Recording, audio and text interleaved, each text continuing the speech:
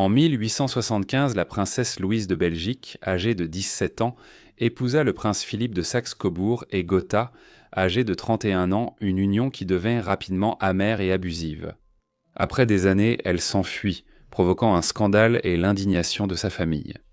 Louise fut finalement arrêtée et envoyée dans un asile psychiatrique pour y passer le reste de ses jours. Mais ce n'est pas là que son histoire s'arrête, alors rejoignez-moi pour découvrir ce qui lui est arrivé. La princesse Louise-Marie Amélie de Belgique est née le 18 février 1858 au Palais Royal de Belgique à Bruxelles. Elle est née dans une nation relativement jeune. La Belgique n'avait obtenu son indépendance que récemment après la Révolution de 1830, à la suite de siècles de domination par les Bourguignons, les Espagnols, les Autrichiens, les Français et les Néerlandais. Son père était le prince Léopold, l'héritier du trône, qui était devenu Léopold, II roi des Belges, en 1865. Au moment de sa naissance, le grand-père de Louise, le premier roi des Belges, Léopold Ier, était le monarque régnant. La mère de Louise était Marie-Henriette d'Autriche, membre des Habsbourg d'Autriche, la famille royale qui avait régné sur la Belgique pendant la majeure partie du XVIIIe siècle. Elle épousa Léopold en 1853. Louise fut le premier enfant de Léopold et Marie-Henriette, alors qu'elle était encore nourrisson. Son père la disait sage et pâle, plaisantant sur ses grands yeux foncés et son grand nez. Digne de moi à tout point de vue. Malheureusement, cela allait s'avérer être le point culminant de leur relation, comme nous allons bientôt le voir. 3 autres enfants suivirent, un garçon nommé Léopold en 1859, puis 2 autres filles, Stéphanie et Clémentine, en 1864 et 1872. Mais une tragédie avait frappé la famille royale en 1869, lorsque le jeune Léopold n'avait que 9 ans. Il est décédé de complications liées à une pneumonie suite à une chute dans un étang l'an passé. Sa mort a dévasté la famille royale belge, et la jeune Louise, âgée de 10 ans, a été laissée accablée de chagrin. Cette perte a laissé le roi Léopold II sans héritier mâle, accentuant les fissures dans son mariage déjà troublé avec la reine Marie-Henriette et laissant leurs enfants grandir dans un foyer tendu et fracturé. Le couple partageait peu d'intérêt, peu d'affection et, comme beaucoup d'unions royales, leur mariage avait été arrangé par devoir, non par amour. En tant qu'aînée des filles du roi de Belgique, Louise était censée épouser un membre d'une grande famille royale ou aristocratique afin de renforcer les liens diplomatiques du petit royaume. La Belgique était alors une puissance mineure, tandis que les grandes puissances européennes s'affrontaient par la force. En 1870, la Prusse et ses alliés allemands ont fait la guerre à la France et pris l'Alsace et la Lorraine après un conflit bref.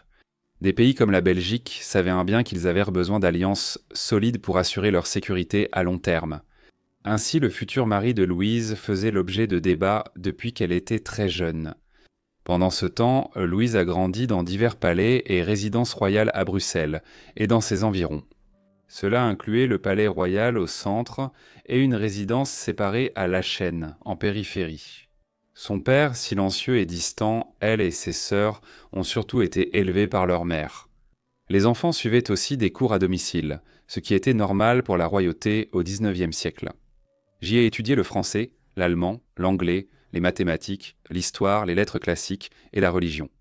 Louise aurait appris la division culturelle en Belgique, déjà visible dans un pays où protestants, catholiques et locuteurs du néerlandais, de l'allemand et du français coexistant selon les régions. Comme mentionné, les parents de Louise avaient une relation tendue, mais Léopold était déterminé à avoir un autre fils après la mort de leur unique garçon.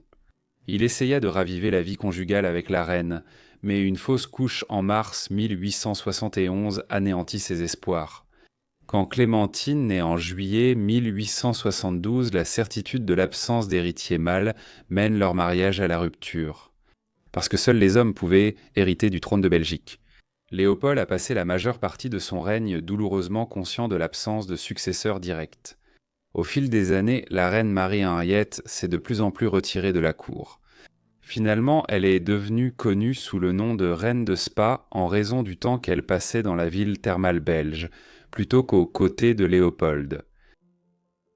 Jusqu'à la guerre franco-prussienne de 1870, Léopold avait cru qu'il serait contraint de marier sa fille. À Louis-Napoléon, le fils et héritier de Napoléon III, l'empereur des Français. Cependant, Napoléon fut renversé pendant la guerre et une république française fut rétablie après le conflit. Les négociations se sont alors tournées vers divers autres prétendants. Celui qui fut finalement choisi était Ferdinand Philippe, prince de Saxe-Cobourg et Gotha, issu de l'une des principales lignées aristocratiques d'Allemagne. La famille de Philippe avait également des liens avec les familles royales françaises et britanniques, et Philippe était né à Paris en tant que petit-fils du roi Louis-Philippe Ier de France, qui régna sur le pays entre 1830 et 1848. En fait, les liens royaux de Philippe le reliaient directement à Louise. Ils étaient étroitement apparentés, étant à la fois cousins issus de Germain du côté paternel et cousins germains au premier degré du côté maternel, mais d'une génération différente. Bien que Philippe ne soit pas héritier d'un grand trône européen, il faisait tout de même partie d'une dynastie puissante et prestigieuse.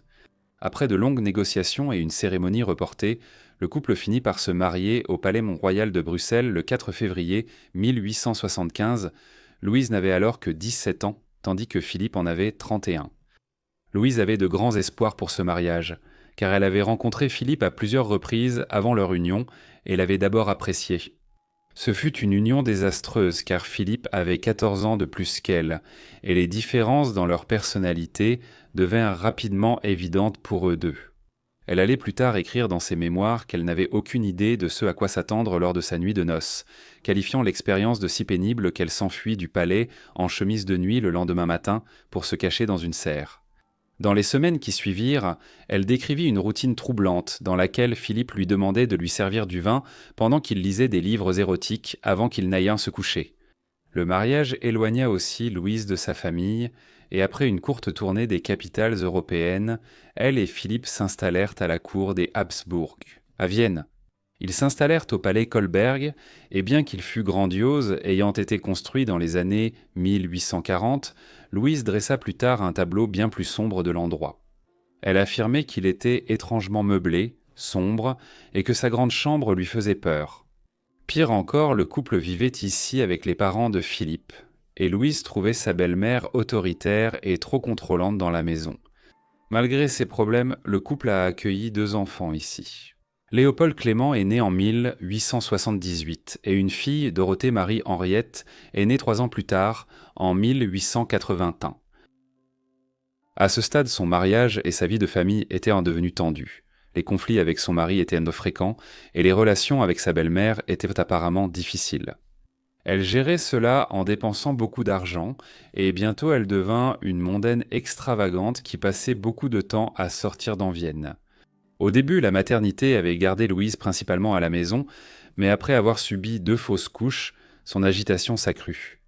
À la fin des années 1880, la plupart des soins de ses enfants étaient confiés à des gouvernantes, et elle cherchait à s'éloigner du palais. Kolberg. Les absences de plus en plus fréquentes de Louise eurent bientôt une explication bien plus scandaleuse. En 1883, elle se lança dans une liaison passionnée avec l'attaché militaire de son propre mari.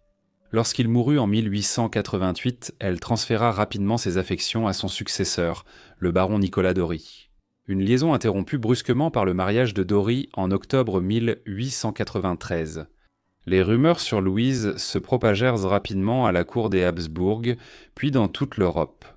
Cela causa un tel embarras que ses 2 parents tentèrent, sans succès, de mettre fin au scandale à distance. En Belgique, l'infidélité de sa fille déplut fortement à Léopold II et accentua son animosité envers elle.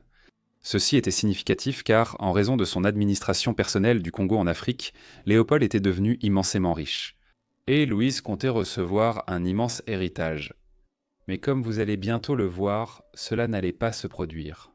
En 1895, Louise a entamé une liaison passionnée avec un jeune officier croate, le comte Giza Matasic. Dès leur rencontre, elle a été envoûtée. Il était beau, audacieux, et avait 9 ans de moins qu'elle, 27 ans contre 37. Lorsque des rumeurs sur leur liaison se sont répandues, la cour des Habsbourg a été secouée par le scandale. Puis les choses ont explosé le 18 février 1898, lorsque le prince Philippe, désespéré de sauver son honneur, a défié Guiser en duel, mais il a été rapidement vaincu. Dans la foulée, Louise s'est enfuie en France, et à son retour, les conséquences furent brutales. Ses enfants lui furent retirés, son mariage était effectivement terminé. Mais le pire restait à venir. Quelques semaines seulement après le duel, Philippe a riposté d'une manière bien plus dévastatrice. Il fit déclarer Louise folle et persuada l'empereur François-Joseph Ier de l'interner dans un asile. On lui donna un choix cruel, retourner au palais Kolberg ou passer le reste de sa vie dans un établissement psychiatrique. Louise opta pour la seconde option et fut envoyée dans un établissement à Dublin, près de Vienne. Peu de temps après, Guiser lui-même fut visé, accusé de falsification de documents. Il fut arrêté et jeté en prison. La détention de Louise s'est vite répandue, suscitant un élan de sympathie dans la presse autrichienne pour la princesse déchue. Alarmé par le scandale Grumman, Philippe la fit discrètement retirer de l'Empire austro-hongrois en 1899 et la transféra dans un établissement en Saxe. Là-bas, elle disparut de la vue du public, pendant des années. Elle ne vit aucune famille, à l'exception d'une seule visite déchirante de sa fille, Dorothée, en février 1903. Pendant ce temps, Giza, emprisonnée près de Vienne, entama une romance improbable avec Maria Stüger, une femme mariée de 23 ans qui avait pris un emploi dans la prison uniquement pour le rencontrer. Elle gagna sa confiance, devint sa maîtresse et se consacra entièrement à obtenir sa libération.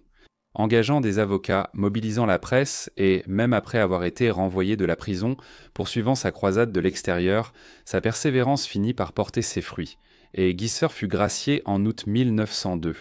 Une fois libre, Giza tenta de rallier du soutien pour Louise à travers des articles et un mémoire, mais rien ne changea jusqu'à ce que le destin lui offre une opportunité. À l'été 1904, Louise partit en cure à Bad Elster, en Saxe, où la surveillance était manifestement relâchée.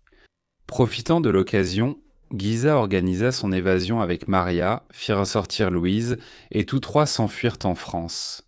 Enfin, après plus de 6 années de détention, Louise était libre. L'année d'après, Louise fut jugée saine d'esprit et obtint enfin son divorce en 1906. Le prince Philippe lui accorda une pension mensuelle respectable, mais Louise, habituée depuis longtemps à un luxe extravagant, se retrouva rapidement endettée. À ce moment-là, Maria Stolga n'était plus dans le tableau, et Louise et Giser restèrent ensemble pour le reste de leur vie, bien qu'ils ne se soient jamais mariés. Le père de Louise est décédé le 17 décembre 1909 à l'âge de 74 ans. Sa mère était décédée en 1902 alors qu'elle était internée. Bien qu'il y ait eu des rumeurs selon lesquelles il aurait épousé sa maîtresse de longue date, Caroline Lacroix, des années plus tôt, qu'il avait rencontrée à Paris en 1900 alors qu'elle avait 16 ans, en fait Léopold ne l'a épousée que 5 jours avant sa mort. Il avait aussi changé son testament, provoquant le litige successoral ayant marqué la vie de Louise. Un article du Times a résumé les enjeux. Il a noté que le neveu de Léopold, Albert, lui succéderait sans difficulté en tant que roi Albert, conformément à la loi belge interdisant la succession féminine au trône. La question de sa succession était beaucoup plus compliquée. Léopold avait 2 filles avec une certaine Lacroix, en plus de Louise et de ses sœurs, bien que Léopold fût immensément riche grâce au quasi-fief qu'il avait établi sur le Congo pendant un quart de siècle. Il n'a laissé qu'environ 6 millions à partager entre Louise, Stéphanie et Clémentine. Le reste de sa fortune est allé à Lacroix. La nouvelle de la répartition de l'héritage a scandalisé l'Europe. Rapidement, Louise et ses sœurs ont contesté le testament de leur père, déclenchant une bataille juridique. Louise a agi très vite et les journaux ont indiqué que des huissiers étaient déjà venus chez Lacroix pour lui remettre des documents juridiques. Finalement, les tribunaux n'ont offert qu'une petite victoire. En 1914, après de longues batailles juridiques, Louise et ses sœurs ont reçu un peu plus de 5 millions de francs, chacune de la succession de leur père. Le roi Léopold II devait se douter qu'une chose pareille arriverait, car une grande partie de l'argent avait été cachée dans des sociétés de portefeuille créées en dehors de la Belgique. C'était justement pour rendre difficile toute contestation de ces arrangements financiers. En conséquence, Louise et ses sœurs furent effectivement exclues de l'héritage de leur père. La somme qu'elles reçurent aurait pu sembler énorme pour des gens ordinaires, et elle l'était. Mais comparées à Lacroix, les sœurs furent laissées pour compte. Louise et Giser ont déménagé à plusieurs reprises pendant de nombreuses années après le litige sur l'héritage. Étrangement, elles sont revenues vivre à Vienne avant la Première Guerre mondiale, malgré les nombreux problèmes qu'elles y avaient déjà rencontrés. Lorsque la guerre a éclaté, on leur a demandé de quitter le pays. L'Empire austro-hongrois était allié à l'Allemagne pendant la guerre et les Allemands avaient d'abord envahi la Belgique neutre. Ainsi, les Autrichiens refusèrent la fille de l'ancien roi des Belges à Vienne, malgré son exil d'Autriche-Hongrie. Le couple ne pouvait pas non plus se rendre dans la patrie de Louise, car elle était sous occupation allemande, alors ils sont allés vivre à Munich, dans le sud de l'Allemagne. Pendant qu'elle vivait à Munich, elle apprit que son fils, Léopold Clément, avait été impliqué dans un incident le 17 octobre 1915, au cours duquel il s'était disputé avec sa maîtresse, qu'il avait ensuite abattue à plusieurs reprises. Et elle a brisé un bocal d'acide sulfurique sur sa tête avant de retourner l'arme contre elle-même. Il a survécu, mais a subi de graves blessures, des brûlures à l'acide, la perte d'un œil, des côtes brisées et une rate éclatée. Après 6 mois à lutter contre infections et complications de ses blessures, il mourut en avril 1916. Pour aggraver sa situation, Gizer a été arrêté en août suivant et envoyé dans un camp de prisonniers de guerre à Budapest. Louise est finalement retournée dans l'Empire austro-hongrois pour plaider la cause de Giza. À ce moment, elle s'appauvrissait davantage, la Belgique étant occupée. Les fonds sur lesquels elle comptait autrefois furent de brusquement coupés et sa situation financière s'aggrava. Au début de 1917, ses dettes avaient explosé pour atteindre la somme stupéfiante de 30 millions de marks, la déclarant insolvable. Elle ne pouvait rien faire d'autre que regarder tandis que ses derniers biens étaient emportés et vendus aux enchères, ne lui laissant plus rien. Elle ne parvint à survivre que grâce à l'aide occasionnelle envoyée par sa fille Dorothée et sa sœur Stéphanie. Louise et son amant furent soulagés à la fin de la Première Guerre mondiale, après la défaite de l'Allemagne et de l'Autriche-Hongrie. Il fut libéré et ils partirent pour la France, tandis que l'empire des Habsbourg s'effondrait en plusieurs pays et des années de guerre interne. Sans argent, Louise écrivit ses mémoires en France et les publia sous le titre « Autour des trônes » que j'ai vu tomber en 1921. Bien que le livre ait offert un aperçu captivant des scandales des cours européennes à la fin de l'ère impériale, ni elle ni Gizer ne vécurent assez longtemps pour profiter de droits d'auteur importants. Il est mort d'urémie et de problèmes cardiaques à l'automne 1923 alors qu'il vivait à Paris. Louise s'est à nouveau installée en Allemagne après cela, mais elle n'a pas non plus vécu longtemps. Elle est morte à Wiesbaden, dans la pauvreté, le 1er mars 1924, à l'âge de 66 ans. Son seul enfant survivant, Dorothée, a épousé Ernst Günther, le duc de Schleswig-Holstein. Ils n'ont pas eu d'enfants biologiques, bien qu'ils aient adopté plusieurs enfants. La lignée biologique de Louise s'est éteinte à la mort de Dorothée en 1967. Merci d'avoir regardé cette vidéo sur la princesse Louise de Belgique. J'espère qu'elle vous a intéressé. Dites-moi ce que vous avez pensé de sa vie dans les commentaires ci-dessous, et si vous avez des suggestions, laissez-les aussi dans les commentaires. J'espère que vous êtes abonné et que vous avez activé les notifications pour recevoir toutes mes vidéos dès que je les publie. C'est tout pour moi. À bientôt dans le prochain Vies oubliées. Merci.